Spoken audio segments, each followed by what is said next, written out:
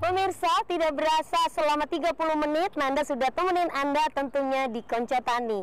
Dan sebelumnya saya mengucapkan terima kasih kepada seluruh petani di seluruh Kabupaten Tulungagung yang sudah ngajarin Nanda. Nah, pemirsa pasti penasaran dong, kira-kira next Nanda akan belajar di kota atau kabupaten mana berikutnya?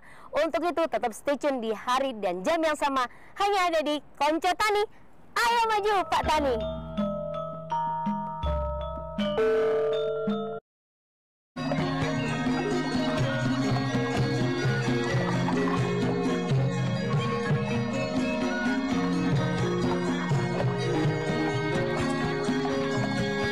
Assalamualaikum warahmatullahi wabarakatuh pemirsa, senang sekali rasanya saya Nanda Desita. Alhamdulillah kali ini Nanda akan menemani Anda tentunya selama 30 menit ke depan dalam acara Konco Tani, Ayo Maju Pak Tani. Dan untuk tema yang akan kita bahas pada episode kali ini adalah susu kambing etawa dan juga burung puyuh. Wow, bukan burung puyuhnya saja yang akan kita bahas. Seperti apa? Untuk itu kita saksikan yang berikut ini. Jangan kemana-mana, kami akan kembali tentunya di Konco Tani, Ayo Maju Pak Tani. Puyuh pedaging menjadi komoditas peternakan yang mulai diminati saat ini. Tentu saja naiknya pamor ternak puyuh pedaging ini tidak lepas dari nilai gizi dan rasa daging puyuh pedaging yang lebih gurih dan lebih lezat dibandingkan daging ayam maupun bebek. Selain rasanya yang nikmat, ukuran puyuh pedaging yang kecil juga menjadi daya tarik tersendiri bagi konsumen, khususnya konsumen rumah tangga. Memahami hal itu, maka puyuh pedaging mulai banyak dijual di pasaran. Dengan semakin banyaknya pedagang puyuh pedaging, maka peluang untuk membudidayakan unggas ini juga tentu semakin besar. Puyuh pedaging biasanya adalah puyuh jantan sebagai sisa dari penetasan puyuh petelur. Breeder puyuh biasanya sudah melakukan seksing sejak hari pertama menetas, sehingga yang jantan bisa langsung digunakan sebagai bibit puyuh pedaging. Proses untuk pembudidayaan puyuh itu memerlukan waktu yang cukup panjang dan melalui beberapa step-step atau langkah-langkah yang dimulai dari awal pembibitan, yaitu dari DOG. Sesudah DOG itu menetas dari telur, itu perlu diadakan suatu tindakan khusus atau perlakuan khusus, yaitu berupa pemanasan. Pemanasan atau open kami lakukan selama 15 hari di dalam suatu box dan dilakukan suatu tindakan khusus atau perlakuan khusus sehingga angka mortalitas yang ada atau angka kematian itu bisa ditekan. Sesudah masa 15 hari baru kita pindahkan ke kandang pembesaran. Ciri-ciri fisik burung puyuh yang unggul sebagai bibit adalah ia aktif bergerak dan lincah, bentuk tubuhnya yang sempurna, dan warna bulunya cerah dan tidak kusam. Dalam hal kandang, model kandang pada puyuh pedaging cukup berbeda dengan puyuh petelur. Pada kandang untuk puyuh pedaging dibedakan menjadi dua, yaitu kandang untuk fase awal atau starter dan kandang pada masa perkembangan atau pertumbuhan atau growing. Kandang untuk fase starter digunakan untuk anak puyuh petelur yang berumur 1 sampai dengan 3 minggu. Pada kandang ini ada sistem penghangatan yang berfungsi untuk menjaga agar anak puyuh yang masih rentan terhadap dingin tetap nyaman dan tidak stres. Pada kandang fase starter, Anda perlu menambahkan pemanas yang berasal dari mesin pemanas atau secara sederhana menggunakan lampu.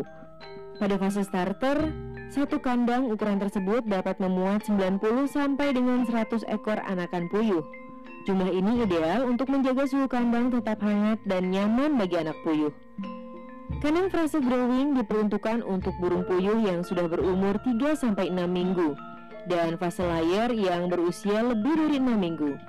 Pada kandang ini jumlah burung puyuh tidak sebanyak dan tidak sepadat pada kandang starter, sehingga harus dijarangkan. Dalam hal pakan, membuat pakan burung puyuh pedaging bisa dilakukan dengan dua cara, yaitu dengan menggunakan pakan pabrikan atau pakan buatan sendiri. Jika Anda ingin menghemat biaya, maka pakan buatan sendiri sangat dianjurkan. Kita dapat membuat pakan burung puyuh sendiri dengan cara mencampurkan konsentrat tinggi protein, yaitu polat, dedak, dan jagung. Ketika puyuh pedaging siap dijual, maka saatnya Anda untuk memasarkan burung puyuh pedaging Anda. Pada dasarnya, puyuh pedaging tidak dijual berdasarkan umur, tetapi ukuran dan berat badan puyuh tersebut. Sesudah umur 35 hari, ayo maju konco tani. Pemirsa, saya yakin seluruh para petani yang lagi menyaksikan Konco Tani ini bingung ya, gimana sih dengan burung puyuh saya?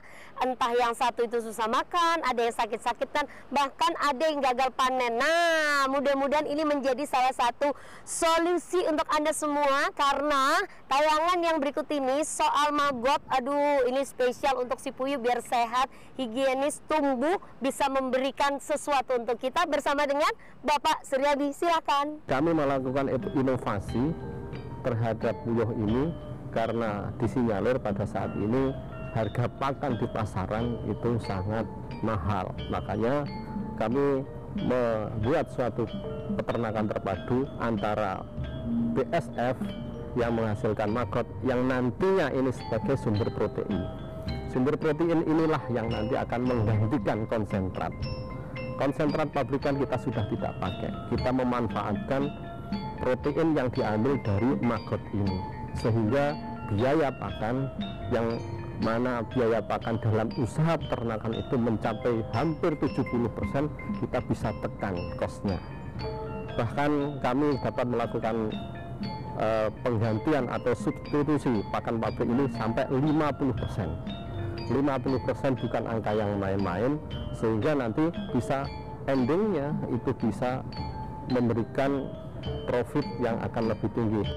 Belakangan ini, maggot mendadak populer di kalangan pembudidaya ikan di Indonesia. Maggot menjadi buah bibir karena pemerintah Indonesia sejak awal 2020 sudah menyebutkan akan menjadikan larva lalat Black Soldier Fly atau BSF sebagai bahan baku alternatif untuk pembuatan pakan ikan. Meski sudah ada bahan baku lain yang juga dijadikan sebagai bahan baku alternatif, namun pemerintah terlihat fokus pada maggot karena banyak manfaat dan keunggulan yang tidak ada pada bahan baku lain. Keunggulan itu diantaranya adalah karena maggot mengandung protein tinggi dan berkualitas yang dibutuhkan oleh ikan. Pembuatannya juga mudah dilakukan oleh siapa saja dengan biaya produksi yang murah dan terjangkau, karena media utamanya adalah sampah organik. Manfaat lain dari maggot adalah maggot juga dapat membantu proses pengolahan sampah organik yang biasanya banyak diproduksi oleh rumah tangga. Dengan diolah menjadi maggot, sampah akan menghilang dan di saat yang sama akan menjadi makanan untuk puyuh pedaging. Untuk proses budidaya maggot BSF sendiri ada beberapa tahap yang harus dilakukan. Di antaranya dimulai dengan persiapan kandang. Kandang adalah kebutuhan setiap hewan ternak, termasuk juga Black Soldier Fly. Fungsi kandang pada proses budidaya maggot BSF adalah sebagai tempat Black Soldier Fly atau lalat memproduksi telur-telur sebagai bibit maggot BSF. Ukuran kandang untuk budidaya BSF bisa sangat bervariasi, tergantung dari jumlah maggot yang ingin dihasilkan. Normalnya, ukuran kandang sebesar 2,5 x 4 x 3 meter sudah cukup untuk bisnis budidaya maggot BSF kelas kecil menengah. Dengan ukuran di atas, Anda sudah dapat menampung sebanyak puluhan ribu larva. Selain kandang, kita juga harus mempersiapkan media untuk telur BSF menetas. Bisa dibuat dari box kardus kecil atau juga dari triplek. Setelah telur menetas, kita harus memindahkan larvanya langsung ke biopon sebagai media pembesaran. Dapat saya ceritakan di sini, proses budidaya maggot dari lalat BSF berawal dari yang namanya telur maggot, telur BSF. Telur ini dihasilkan atau diproduksi oleh lalat yang namanya lalat BSF atau kepanjangannya Black Soldier Fly. Sesudah menghasilkan telur ini, nanti baru kita tetaskan di suatu media seperti yang kita lihat di sini. Ini adalah media untuk penetasan telur BSF. Media yang digunakan bisa bermacam-macam. Kebetulan di sini memakai bekatul atau limbah penggilingan padi. Ini dari telur menuju atau menetas menjadi baby maggot itu membutuhkan waktu sekitar 4 hari. Sesudah 4 hari telur BSF menetas sehingga menjadi seperti ini. Di dalam media ini kami pelihara selama 4 hari. Selama 4 hari kita tidak perlu memberikan makan karena maggot-maggot kecil ini akan makan media yang sudah tersedia. Sesudah berumur 8 hari, baby maggot ini akan dipindahkan nanti di suatu media yang lebih besar untuk pembesaran. Sesudah nanti dipelihara selama 18 hari, baru maggot-maggot yang besar akan bisa dipanen dan dimanfaatkan untuk pakan-pakan ternak. Bisa pakan untuk unggas atau untuk ikan.